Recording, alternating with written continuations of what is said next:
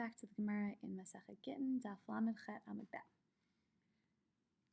Gufa, Amar Rav Yehuda Amar Shmuel. Gufa means that we're returning to something that was stated earlier, returning to the thing that's under discussion. Of course, we are starting in the middle of a sugya, so we did not see this statement earlier. Rav Yehuda said in the name of Shmuel, Kol ha-meshachrer avdo over ba'aseh. Anyone who frees their slave is violating a positive commandment. Shne'emar, as it says in Sefer Vayikra, La'olam bahem ta'avodu. They should always serve you, or you should always rule over them. And the context for this is over here, the full pasuk, V'hinachaltem otam livnechem achrechem l'reshet achuzal la'olam bahem ta'avodu uv'achrechem b'nei Yisrael ish ba'achiv lo tirdeh bo b'farach. So you can own, you can essentially own the non-Jews and inherit them, or you can pass them on to your children. You can treat them as property.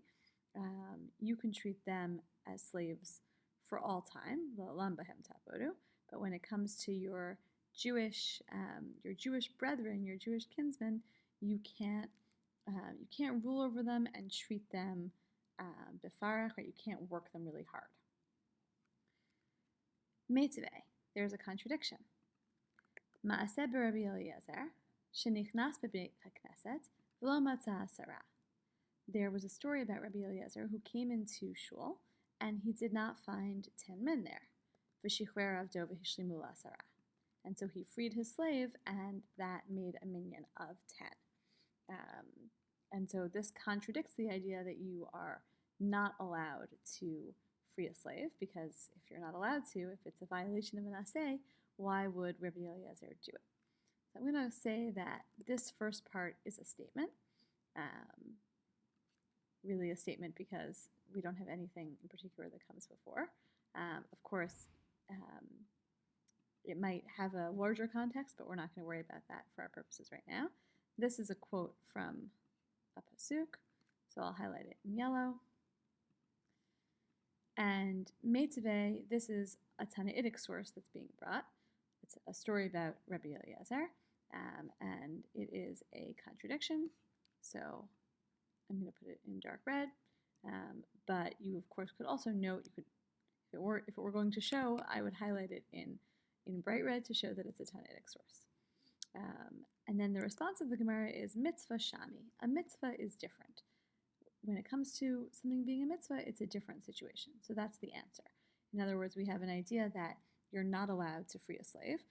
We have a contradiction because Rabbi Eliezer did it. And the response is, well, in general, you're not allowed to. But for mitzvah purposes, you are allowed to free a slave. Just in general, you're not. Tani Rabbanan.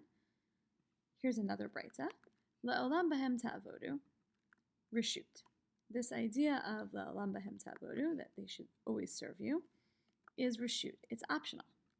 Divrei Rabbi Yishmael, according to Rabbi Yishmael. Rabbi Akiva Omer, chovah.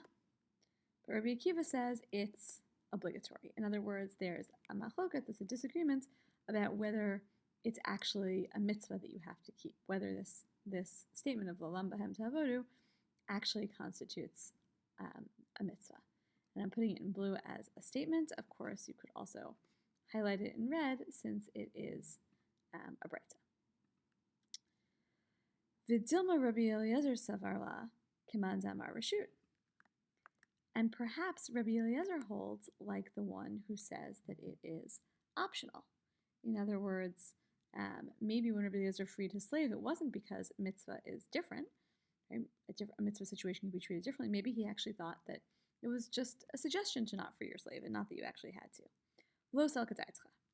Don't think that. Titania, as we learned in a breita, Titania behedya, as we learned explicitly in a breita, Rabbi Eliezer omer chovah. Rabbi Eliezer says it's obligatory. So in other words, even though there is a legit machloket about whether or not you're actually ever allowed to free a slave, that machloket is between Rabbi Yishmael and Rabbi Akiva, but Rabbi Eliezer paskins like Rabbi Akiva, and so he does hold that you're not allowed to free a slave, which means that we're doubling down on that response of mitzvah shani, right? It must be that the only good reason to be able to free a slave is for a mitzvah purpose, because in general, this mitzvah of La'olam Behem Ta'avodu is in force. Okay, we'll stop there.